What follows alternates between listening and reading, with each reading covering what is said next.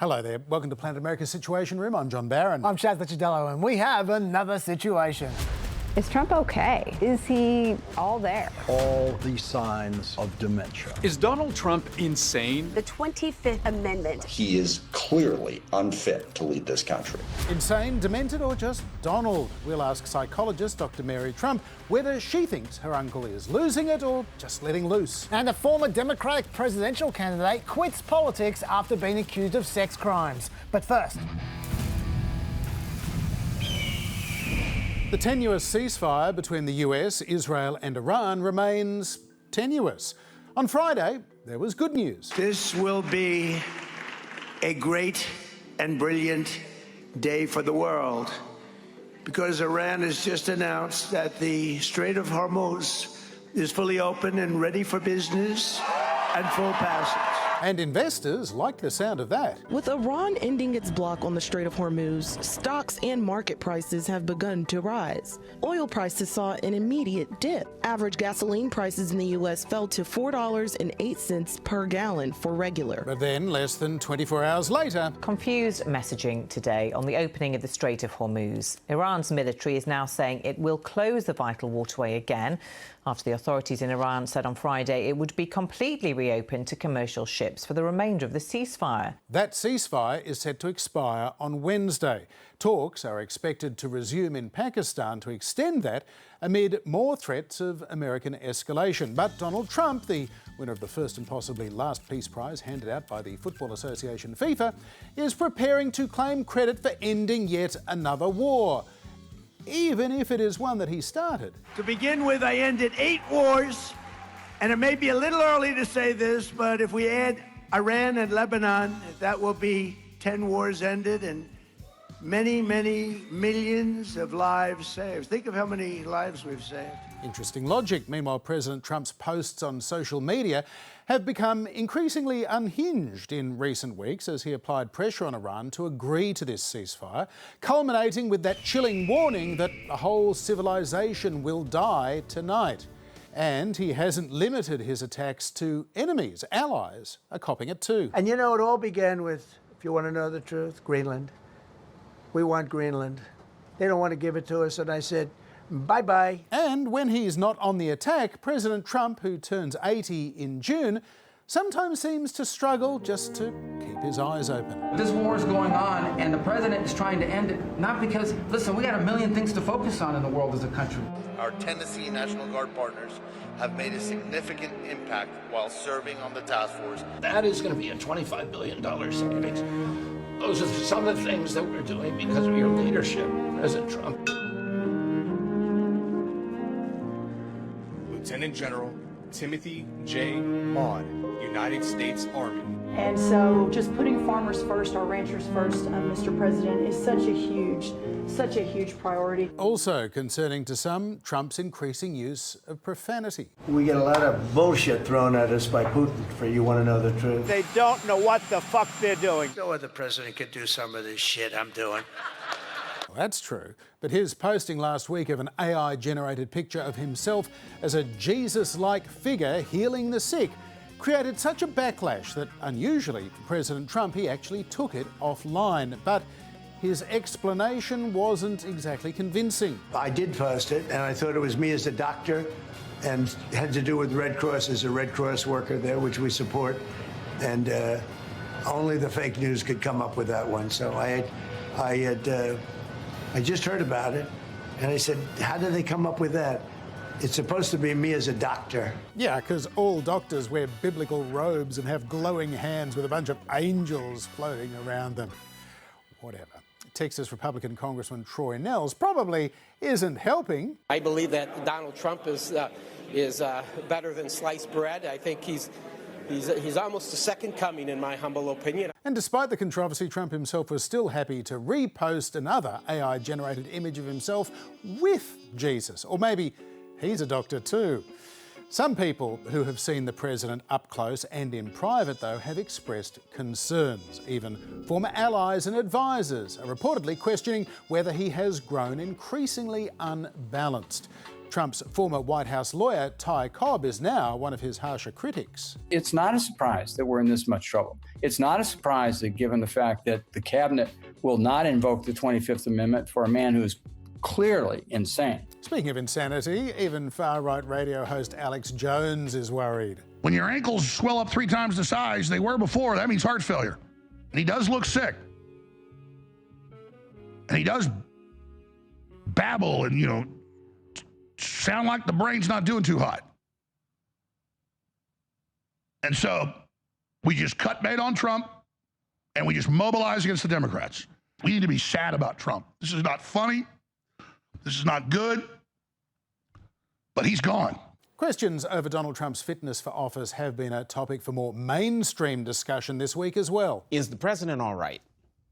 Because no American president ever has written the things, said the things, threatened the things that he did in the span of, 72 hours. And the erstwhile MAGA Madge, Marjorie Taylor Greene, thinks that Trump's cabinet should consider using the 25th Amendment to remove him from office. See, I really think that his mental capacity needs to be examined. His rhetoric has been shocking to many Americans and people around the world. I find it tough to know where Trump's brain is at the moment, John. I mean, yes, there are a lot of things that Trump gets confused about, like, for instance, magnets. All I know about magnets is this. Give me a glass of water. Let me drop it on the magnets. That's the end of the magnets. Or what makes food healthy? Your dad argues that diet soda is good for him because it kills grass. It's poured on grass, so therefore it must kill cancer cells inside the body. Okay, and Trump is prone to be particularly untethered about people who criticise him, like tweeting out an obviously fake picture of Bruce Springsteen while speculating he's had plastic surgery.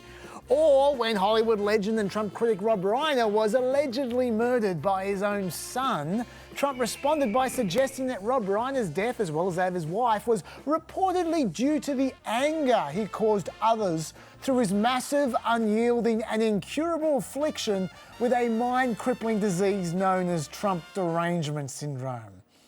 Yeah, that seems thoroughly demented, but he's been like that for a long time, John. That's not new. And in fact, the moment when I've most thought Trump seems to actually be degrading, it wasn't in the last couple of weeks. It was 12 months ago when the Trump administration put out this picture here to show how the tattoos on Salvadoran migrant Kilmer Abrego Garcia's hand might be symbols for the international criminal gang MS-13. And Trump genuinely seemed to believe that MS-13 graphical label you see there on the hand was actually really on Abrego Garcia's hand. I mean, look at this here. He's not trolling. He's being sincere. He's just confused. They looked, and on his knuckles, he had MS-13. There's a dispute Well, over that. wait a minute. He had MS-13 on his knuckles tattooed. He had some tattoos that are interpreted that way. But let's move on. Wait a minute. Hey, Terry. He did not have the letter MS-13. It says MS-13. That was Photoshopped.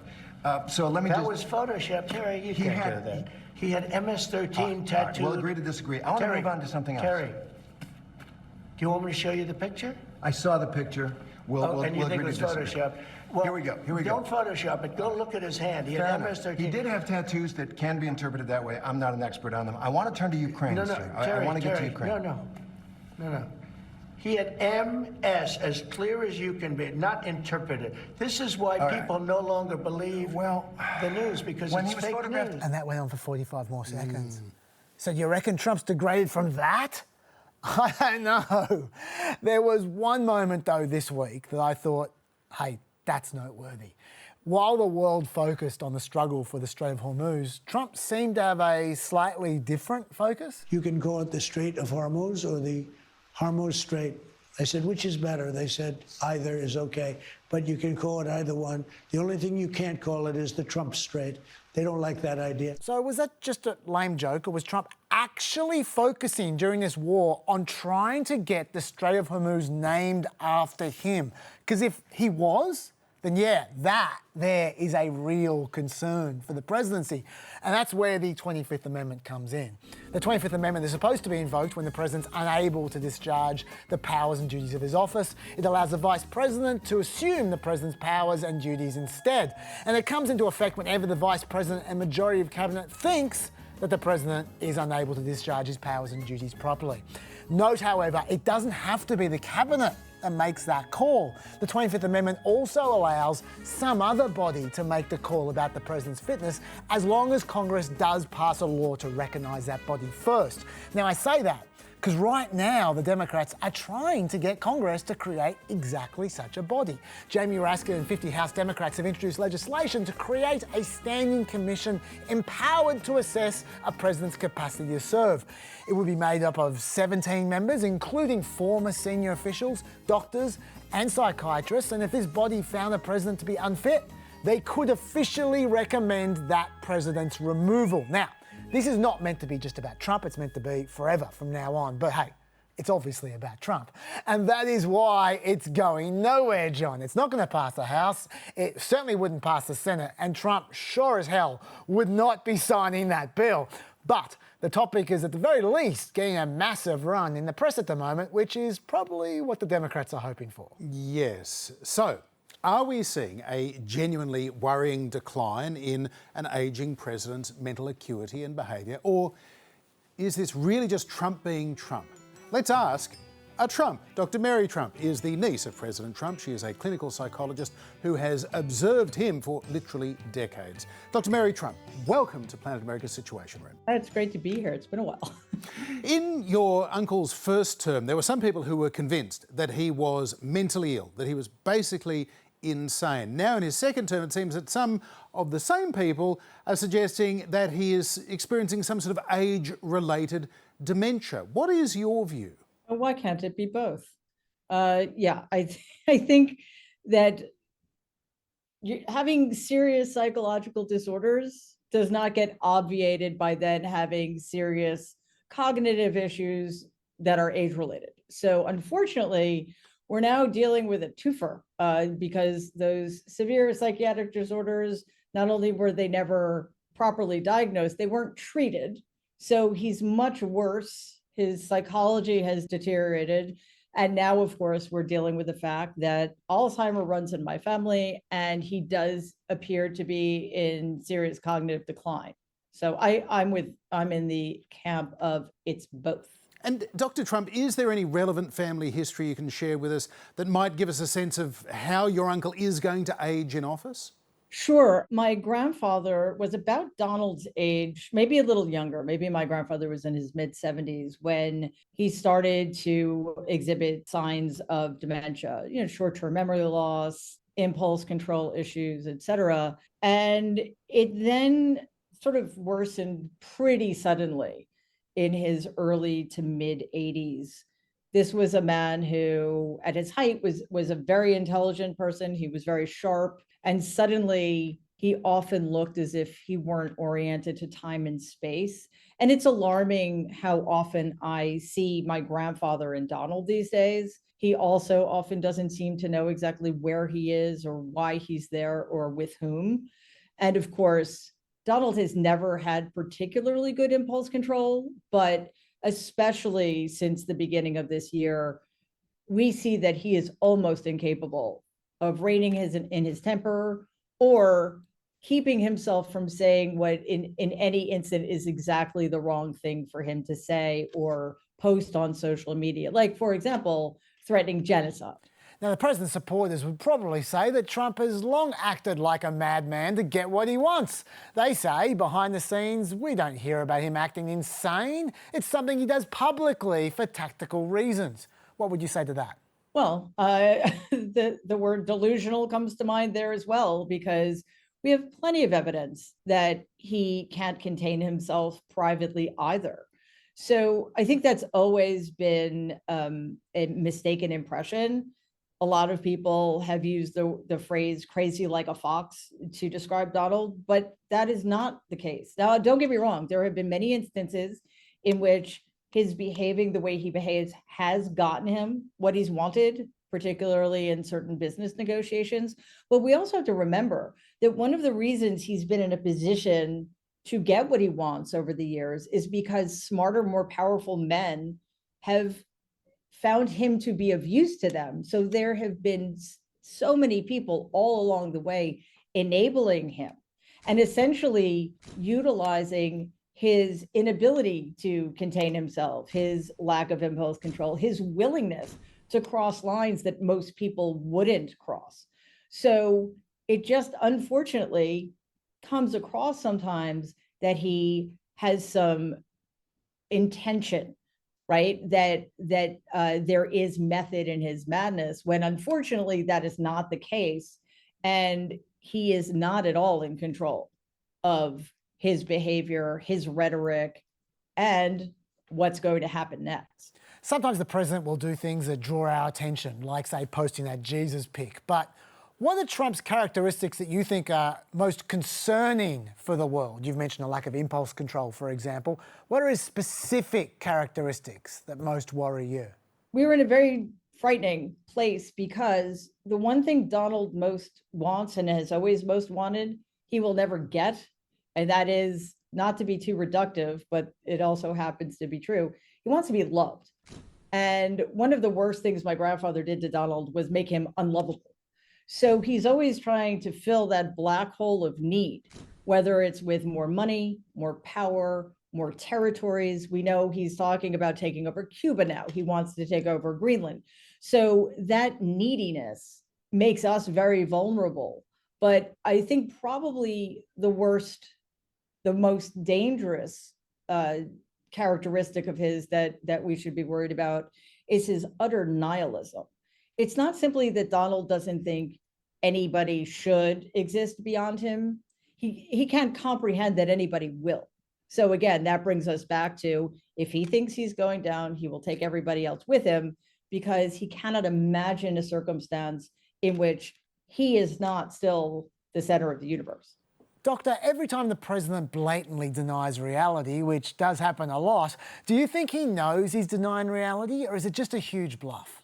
I think that there are times when Donald knows he's lying, and then there are times that he's told the lie so often he begins to believe it. He's one of the few people I've ever met who can actually gaslight himself. So, you know, the truism is that if you tell a lie to people often enough, it becomes true to them. Donald does that to himself. So I think it's pretty easy to tell when he's lying. And it's also, it's fairly easy to tell when he himself has started to believe his own nonsense. And in psychological terms, what do you make of the way that he is exercising his power as president? And what do you expect will be the impact of that power inevitably ebbing, as it tends to do as a president reaches the end of their term? John, it's really fascinating that we are in many ways exactly where we were in the lead up to the 2020 election, when it looked like Donald was probably going to lose. And then, of course, he did lose. With this difference, he has deteriorated significantly psychologically, cognitively, and physically, because of course he has a lot of ailments that go along with being a very unhealthy person who's aging. So Donald is going to have to do everything in his power to convince himself that none of this is happening. And something that I said back in, I think, September of 2020 is also relevant now. The more he gets the sense that he's going down, because in addition to all of the other difficulties he's gotten himself into, he is at this point where he cannot run for another term. He cannot continue to delude himself that he's more popular than ever, that he's the greatest president who ever lived. He will take all of us down with him. The problem now that did not exist then is, after he lost the election in 2020, he no longer had the power that went along with the presidency to do that. And now he does. So he's in worse shape, and so too, obviously, is America. And I think we're all at greater risk because of it. Dr. Mary Trump, thanks for being with us on Planet America. Thank you both. Earlier this week at the White House, I met a wonderful woman named Sharon Simmons, a grandmother driving DoorDash. Sharon delivered McDonald's to the Oval Office. Well, nice to see you. Nice to meet you. I never DoorDash ordered for you, Mr. President. It was a very beautiful woman standing there with 2 big bags of McDonald's hamburgers. It's a grandmother driving DoorDash to help support her husband's cancer treatment. To help support her husband's cancer treatment. Do you know in America, grandmas have to work as DoorDash drivers to pay for life-saving cancer treatment? What the fuck? Trump brought one to the White House. To pay for her cancer treatment? Nah, to spruik tax cuts. Weird country.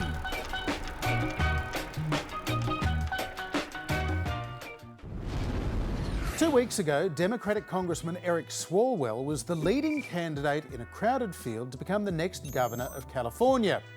And then... Breaking news at this hour, an ex-staffer has come forward accusing California gubernatorial candidate Eric Swalwell of sexual assault. And that claim quickly led to more. Tonight, the Manhattan District Attorney announcing an investigation involving Democratic Congressman Eric Swalwell after multiple women have come forward alleging sexual misconduct by the California gubernatorial candidate, including one allegation of rape in a New York hotel room. In a video statement, Swalwell denied he'd committed any crimes. These allegations of sexual assault are flat false. They are absolutely false, and I will fight them with everything that I have. I have certainly made mistakes in judgment in my past, but those mistakes are between me and my wife. And to her, I apologize deeply for putting her in this position. For a time, Swalwell vowed to stay in the race for California governor, and his lawyer even suggested this was a political hit job. Is your position that all of them are lying? Look, as an attorney, I look at credibility, I look at motive, and I have to question the timing of these allegations 25 days out from an election. But as most of Swalwell's fellow Democrats withdrew their endorsements, the writing was on the wall. Congressman Eric Swalwell is suspending his campaign for California governor as he faces allegations of sexual assault. Then a fifth woman came forward, former model and fashion software company owner Lonna Drews. I had contact with Eric Swalwell on 3 separate occasions after meeting him socially. On the 3rd occasion, I believe he drugged my drink. He raped me. And he choked me. Swalwell, again through his attorney, denied those allegations. But faced with a House Ethics Committee investigation and expulsion from Congress, he resigned.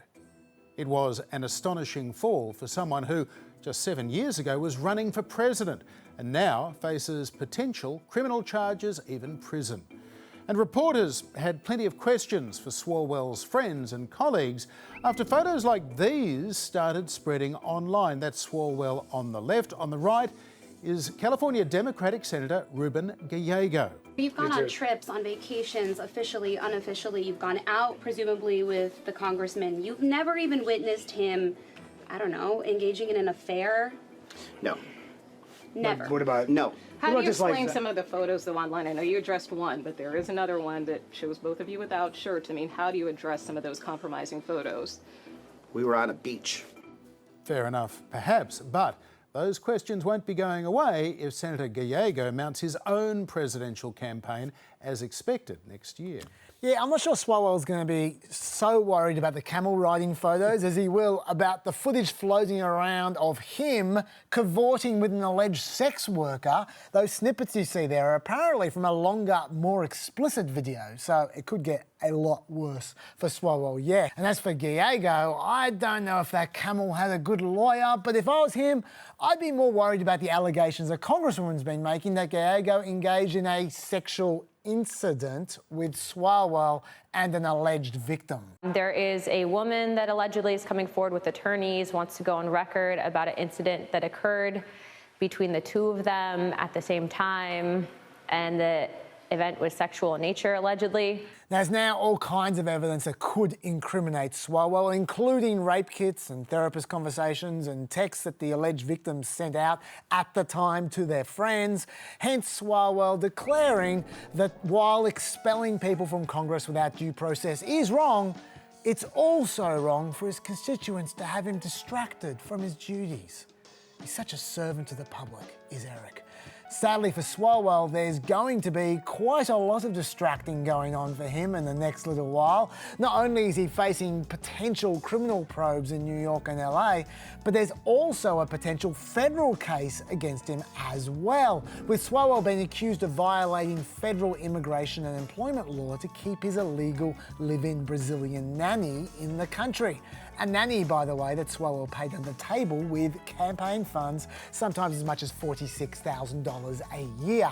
So Swalwell's in a bit of trouble, and he probably should be, given that all of these allegations emerged after Swalwell received a first chance. Back in 2015, the FBI warned Swalwell that he'd been targeted by a suspected Chinese spy named Christine Fang, who worked on his campaign and directed an intern in his office. Now, he was heavily rumoured at the time to have been having an affair with that Chinese spy, and if that wasn't warning enough, many of these allegations against Swalwell date back to 2018 and 2019, right in the middle of the Me Too period. He really should have known better, especially seeing as Swalwell spent that period going on TV and saying things like this about future Supreme Court Justice Brett Kavanaugh. What are the chances that 3 or 4 women independently who never met each other would have similar experiences with one person? So either, Ari, this person committed these horrific acts, or he is the single unluckiest person in the world for these people to conspire and make up lies against him. But it's a very hard case to make, the more allegations that come in. That's pretty shameless.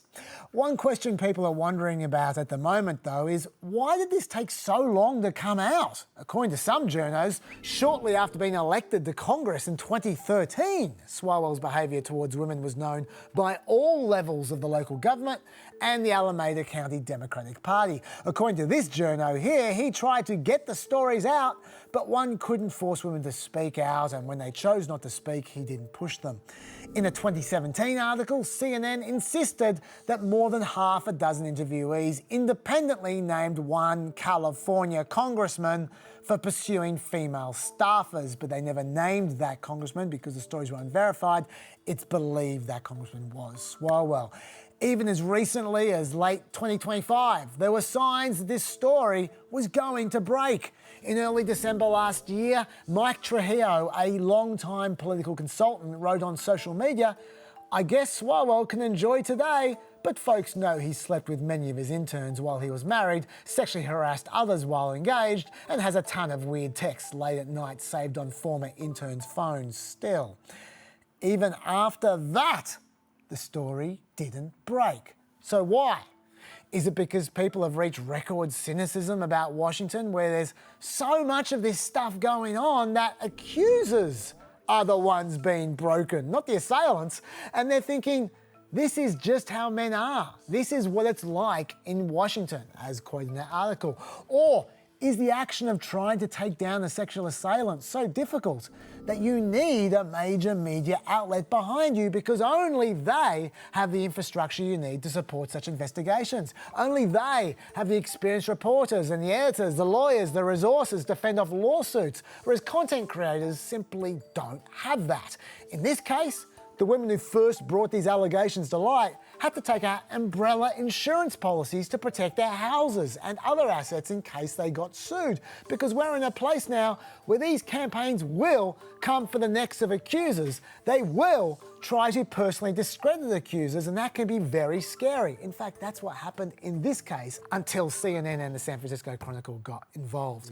So ironically, John, while many people are angry with how long it took the media to bring down Swalwell, maybe in the future, the problem's going to get worse as the major media organisations become even more embattled. This could be a case of not appreciating what you got until it's gone. Yes, that could be. As for the politics of this, Swalwell's exit has further opened up California's open primary, where Democrats and Republicans compete against each other for the top 2 spots, and then those top 2, whichever party they are, go head-to-head in November. Republican Steve Hilton now leads with Democrat Tom Steyer, a billionaire hedge fund manager who also ran unsuccessfully for president in 2020 alongside Swalwell. Well, he's now equal second with another Republican, Chad Bianco, the MAGA-aligned sheriff of Riverside County. But the only candidate to actually gain in poll support right now is another Democrat, former California Attorney General Javier Becerra. But Tom Steyer has just launched a $120 million advertising blitz, and so he could emerge as the big winner from the Swalwell scandal. Meanwhile, in a tragic postscript to an earlier scandal, the former Lieutenant Governor of the state of Virginia, Justin Fairfax, has shot and killed his wife, Dr. Serena Fairfax, before killing himself. Serena Fairfax was a dentist who was in the process of divorcing Justin Fairfax after a 20-year marriage while they continued to share a home and raise their 2 teenage children. Justin Fairfax was once a rising star of Democratic politics, running for governor of the state and possibly running for national office in the future. Then he was accused of sexual assault by 2 women in 2019. He denied the allegations and ultimately he was never charged.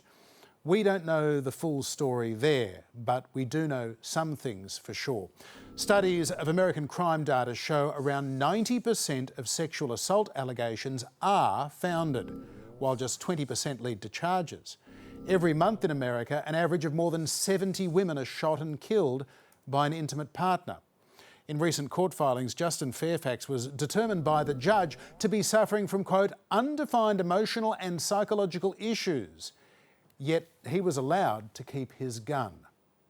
A sad note to end the show on. And if this story has raised any issues for you, you can contact 1800-RESPECT or Lifeline on 13 11 14. And that is all for another trip to Planet America. We'll be back at the same time next week and anytime you like on ABC iView, YouTube and Facebook. And there's another Planet Extra Pep podcast out now where we discuss the Hungarian election, more Swalwell, and we get a little bit popey. See you there. Bye-bye.